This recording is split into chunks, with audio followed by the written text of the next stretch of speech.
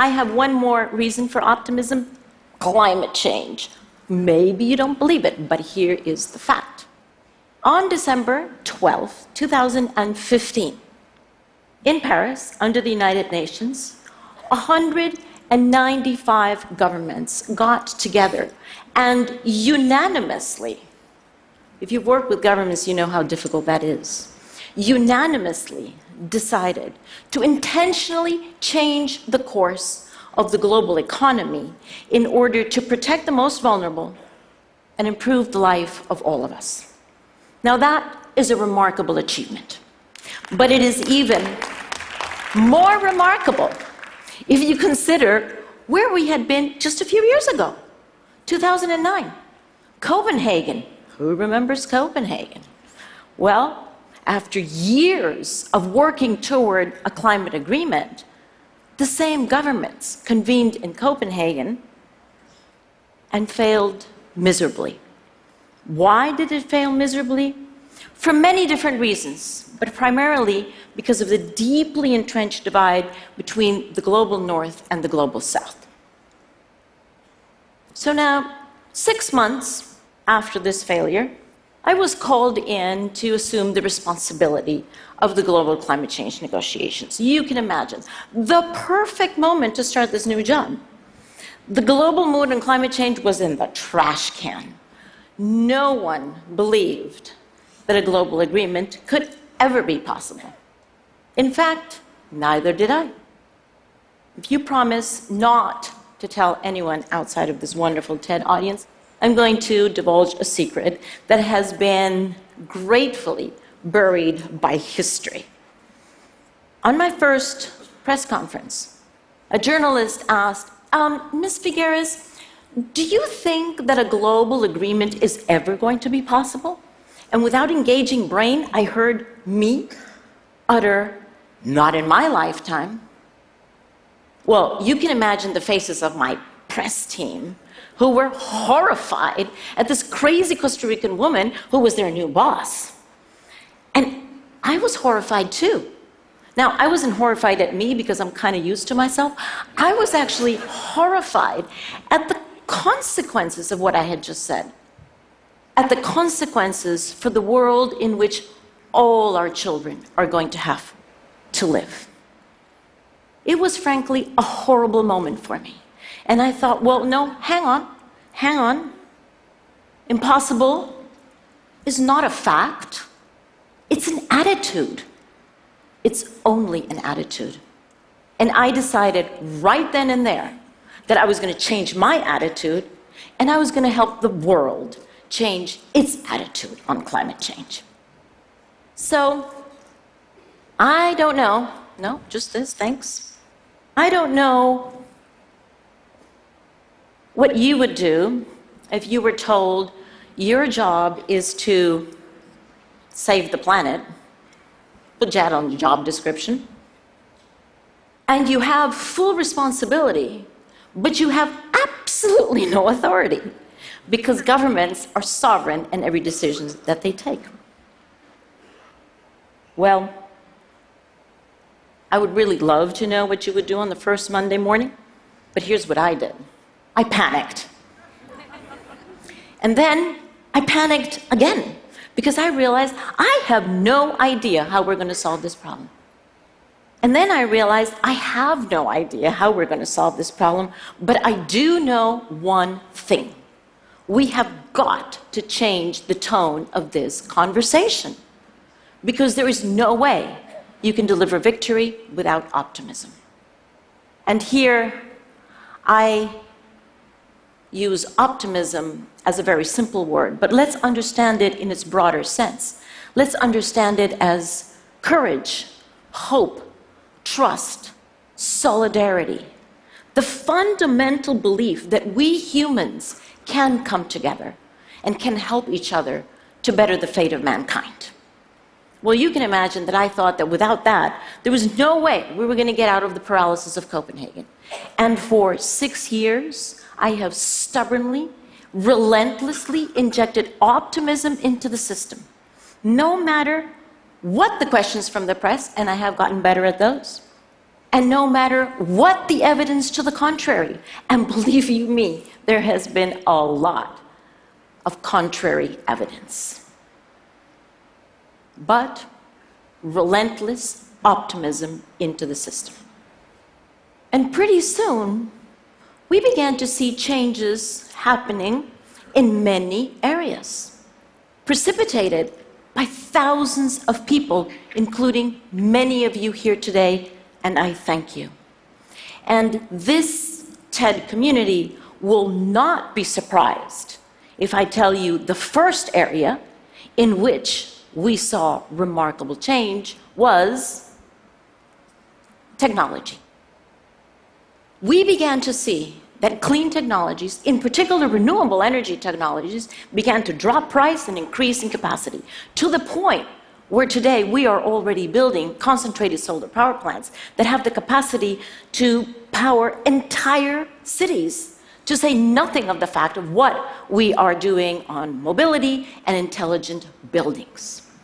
And with this shift in technologies, we were able to begin to understand that there was a shift in the economic equation, because we were able to recognize that yes, there are huge costs to climate change, and yes, there are compounded risks, but there also are economic advantages and intrinsic benefits, because the dissemination of the clean technologies is going to bring us cleaner air, better health, better transportation, more livable cities, more energy security, more energy access to the developing world. In sum, a better world than what we have now. And with that understanding, you should have witnessed, in fact, part of you were, the spread of ingenuity and excitement that went through, first through non-national governments, the private sector, captains of industry, insurance companies, investors, city leaders, faith communities, because they all began to understand this actually can be in their interest. This can actually improve their bottom line. And it wasn't just the usual suspects. I have to tell you, I had the CEO of a major oil and gas company come to me at the beginning of last year and say, privately of course, he did not know how he was going to change his company, but he is going to change it because he's interested in long-term viability. Well, now we have a shift in the economic equation. And with that, with broader support from everyone, it did not take very long before we saw that national governments woke up to the fact that this is in their national interests. And when we asked countries to begin to identify how they could contribute to global efforts, but based on their national interest, 189 countries out of 195, 189 countries sent their comprehensive climate change plans based on their national interest, concurrent with their priorities, consistent with their national sustainable development plans. Well, once you protect the core interests of nations, then you can understand that nations were ready to begin to converge onto a common path, onto a common direction of travel that is going to take us probably several decades, but over those several decades is going to take us into the new economy, into a decarbonized, highly resilient economy. And the national contributions that are currently on the table on behalf of national governments are insufficient to get us to a stabilized climate, but they're only the first step, and they will improve over time. And the measurement, reporting, and verification of all of those efforts is legally binding.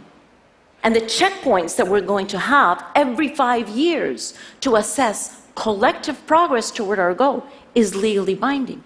And the path itself toward a decarbonized and more resilient economy is legally binding. And here's the more important part. What did we have before? A very small handful of countries who had undertaken very reduced, short-term emission reduction commitments that were completely insufficient and furthermore largely perceived as a burden. Now what do we have? Now we have all countries of the world contributing with different intensities from different approaches in different sectors, but all of them contributing to a common goal and along a path with environmental integrity. Well, once you have all of this in place and you have shifted this understanding, then you see that governments were able to go to Paris and adopt the Paris Agreement.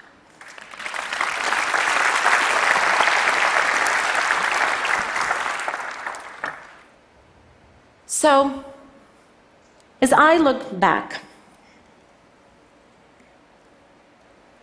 over the past 6 years, first I remember the day the Paris Agreement was adopted.